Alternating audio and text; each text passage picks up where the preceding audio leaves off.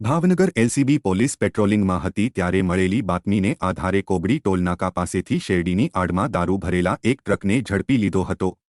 Bhavnagar LCB પોલીસે મળેલી બાતમીના પગલે કોબડી ટોલનાકા ઉપરથી મહુવા તરફ જતા એક શેરડી ભરેલા ટ્રકમાં તપાસ કરતા દારૂની બોટલ 357 અને બિયર ટીન 240 મળી કુલ 2,63,394ની કિંમતનો દારૂ અને કુલ મુદ્દામાલ મળી 7,65,104નો કબજે લઈ મનોજગીરી ભુક્તગીરી ગોસ્વામી અને પ્રભાત ભોળાભાઈ ચૌહાણને ઝડપી લીધા હતા। ત્યારે આ ગુનામાં સંડોવાયેલા યુનુસ મહુવાનો રહેવાસી અને નટુભાઈ જોધાભાઈ બારૈયા મહુવાના રહેવાસીને પકડવાના બાકી છે। જો કે એલસીબી પોલીસે વરતેજ પોલીસ સ્ટેશનમાં ધોરણસર ગુનો નોંધી આગળની કાર્યવાહી સોંપી હતી।